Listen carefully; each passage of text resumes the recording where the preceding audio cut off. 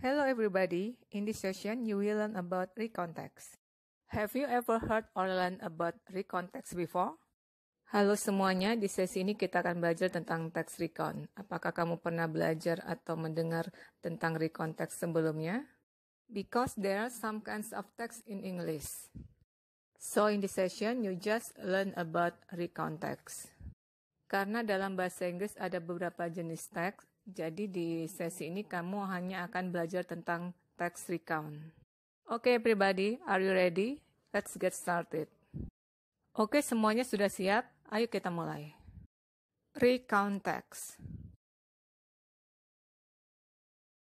What is recount text? Apa itu text recount? First of all, you must know what recount text is. The definition, recontext is a text that retell about past events. Jadi definisi dari text recount adalah teks yang menceritakan kembali kejadian-kejadian di masa lampau.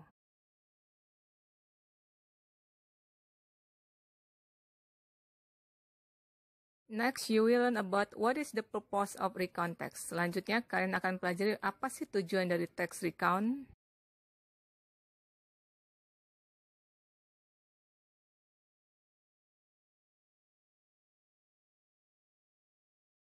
The purpose of recontext is to tell or entertain the readers about past events. Jadi tujuan recontext adalah untuk memberitahu atau menghibur pembaca tentang kejadian-kejadian di masa lampau.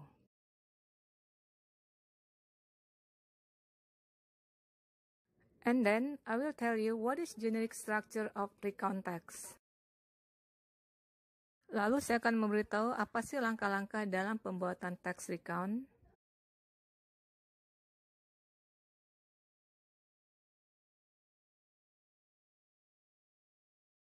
Generic structure, number one, orientation. Orientasi di sini adalah pengenalan, yaitu memberikan informasi tentang siapa, di mana, dan kapan peristiwa itu terjadi di masa lampau. And then second one is events. Events merupakan urutan kejadian-kejadian yang terjadi. Next, third one, reorientation merupakan rangkuman dan kesimpulan dari cerita. Itulah langkah-langkah dalam pembuatan text recount. Lalu apa saja ciri kebahasaan dari recount text? Yang pertama menggunakan past tense. Banyak di dalam cerita text recount menggunakan tenses past tense. Kemudian menggunakan conjunction dan time connectives. Conjunction adalah kata penghubung dan time connectives adalah kata penghubung waktu. Misalnya and, dan, but, tetapi, then, kemudian, after that, setelah itu, etc. dan lain-lain. Lalu menggunakan adverbs dan adverbial phrase. Adverb kata keterangan, adverbial phrase ungkapan keterangan. Di sini untuk mengungkapkan tempat, waktu, dan cara. Misalnya, yesterday, kemarin, at my house, di rumahku, slowly, dengan perlahan, etc. dan lain-lain. Lalu menggunakan action verbs. Misalnya when, pergi, slept, tidur, run, berlari, brought, membawa, etc. dan lain-lain. Itulah beberapa ciri kebahasaan dari recount text yang akan kita sering jumpai dalam text recount. Next, I will give you an example of recount text. The title is Our Trip to Singapore. I will read this reading for you. On Friday, we went to Singapore. We stayed at Uncle's house. Di hari Jumat kami pergi ke Singapura, kami tinggal di rumah paman. It has a big garden with lots of colorful flowers and a tennis court.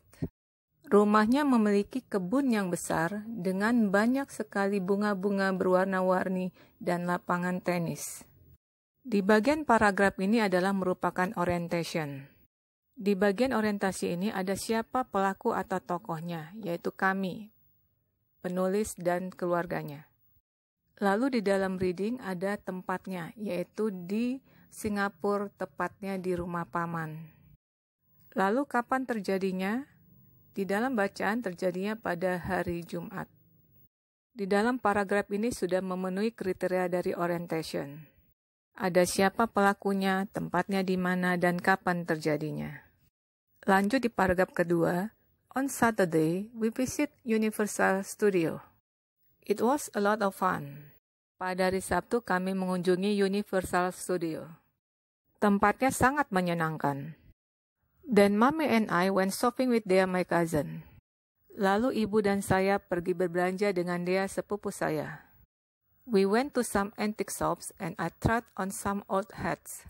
Kami pergi ke toko antik dan saya mencoba beberapa topi-topi tua. On Sunday, we went to Garden by the Bay. We saw many colorful, beautiful flowers and interesting views. Di hari Minggu, kami pergi ke Garden by the Bay. Kami melihat banyak bunga-bunga berwarna-warni yang indah dan pemandangan-pemandangan yang menarik. Di paragraf ini ada beberapa urutan-urutan kejadian. Yang pertama, pada hari Sabtu mereka mengunjungi Universal Studio. Kejadian berikutnya mereka mengunjungi toko antik. Lalu pada hari Minggu, kejadian berikutnya mereka pergi ke Garden by the Bay. Dan itulah urutan-urutan kejadian di cerita. Ini yang dinamakan events dalam generic structure. Paragraf selanjutnya, in the afternoon, we went home. That was very pleasant moment with my family that I ever got. Di sore hari kami pulang.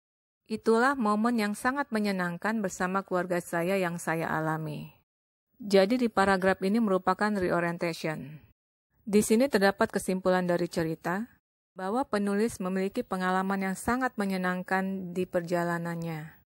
Oke, jadi itulah contoh dari text recount beserta tahapan-tahapannya.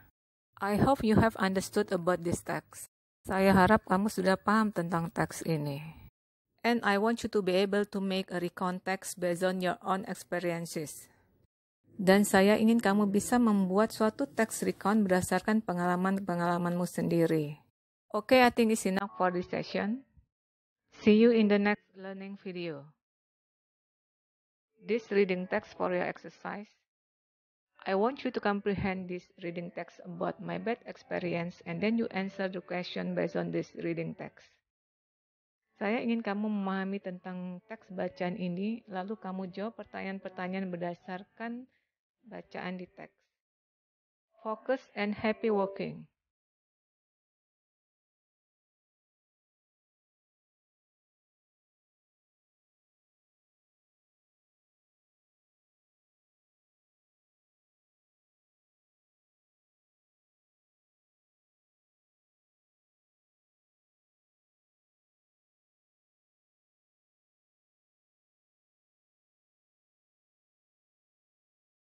Answer the questions based on the reading text of my bad experiences.